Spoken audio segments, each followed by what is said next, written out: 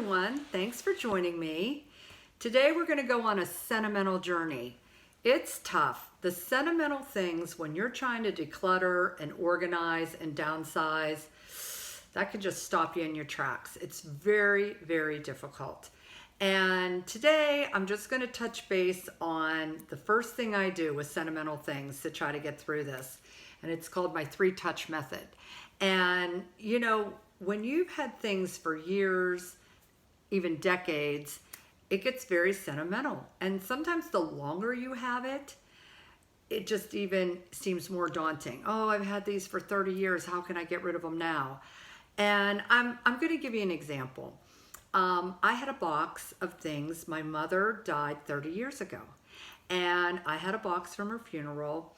And it had all the little tags from all the flowers that were, sent to the funeral home. It had the book, the guest book that everybody signs in, hundreds of sympathy cards, and I had a box. And, that was sentimental, and I knew what was in there, and of course I would never throw it away, but I never really wanted to deal with it either.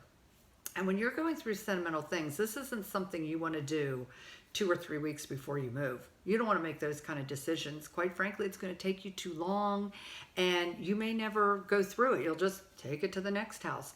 But if you're really trying to downsize, like I was, I'm like, I can't take everything. I'm still very sentimental. I still have a lot of things, but I gave away and got rid of a lot. So the 3-touch method is, I finally had to open up that box from the funeral and have a day of it. I mean, go through them, reread all those cards. I mean, you're going to cry. It is sad.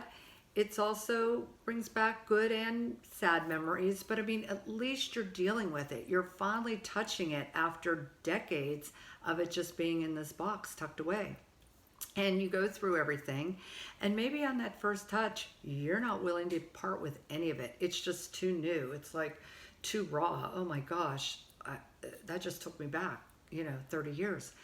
And you might not get rid of anything. That's okay, but at least you got it started. You touched everything. Then you got to revisit that box in like a month or two. And you open that box a second time, and suddenly some of those cards that just say like, love Linda and Gary, you're like, who is Linda and Gary again? And you realize it was like a coworker 30 years ago that you worked with, and you haven't seen them or kept in touch with them in the last 25 years, but they had come to the funeral. Well, maybe you can part with that. The book, the guest book that everyone just signed their name, they didn't really write anything sweet, they just signed in, and they give you your address, and that's how you mail them thank you letters and stuff.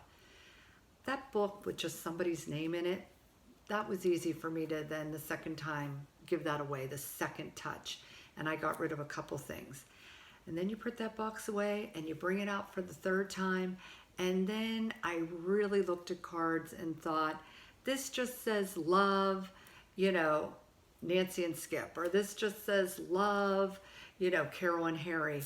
But it doesn't like how some cards people just write and they have beautiful scripture, and maybe they said something really personal to you and you feel like, oh my gosh, I just can't give that card away yet. That's okay, but I want to tell you, I got rid of 95% of that box that I hung on to for 30 years because all these people are like in my life. I love Nancy and Skip. I see them all the time, love them. I don't need a card that just says love Nancy and Skip. You know what I'm trying to say? So, but you're never going to get to the point if you never force yourself to open the box. And I'm telling you guys, this is maybe I'm the only one that does this, but I still had my bridal shower cards. I still had wedding cards. I had babies, I have 4 children, and you get those, welcome, your new baby. You have all those cards and christening cards. And that's how I handled it, the 3 touches. I would bring things out, I would read them, I would look at them, I would be like, oh, I would even take pictures of some of them because they were just like, oh my gosh, some of these are just really, really dear to my heart. But you put them away, you bring them out a second time or third time, and you just are able to part with them easier. I think why I never dealt with sentimental things is because it was like, I'm not ready to get rid of them. Like people, I have friends that are like, pitch, get rid of it, throw it out, you don't need it. And I'm just not that person. I need to kind of just deal with it in my time. But I wasn't dealing with it. It was just in boxes in the attic and in the basement. I knew what was in there, but I never wanted to look at it. So I hope this helps you today. That 3 touches, bring it out, look at it once, maybe don't eliminate anything. The second time, you pull the things out again, suddenly it doesn't take your breath away because you had just visited those things and you realize, yeah, I can get rid of that guest book or those baby cards, or, I have better things, that quite frankly, there's only so much sentimental stuff you can keep.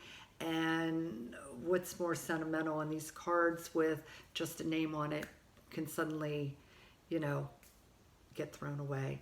And then there's the third touch, and maybe at that point you just say, I can't part with it. Or maybe by the third time you've resolved it and you've seen it enough and it brought back the memories and you can go ahead and get rid of it. So that's my advice to you.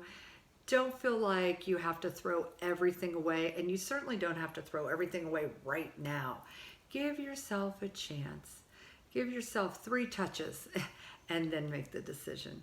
All right, have a great day. I'm proud of you. It's tough going through these things, but I know you can do it. I'm proud of you, and have a good night.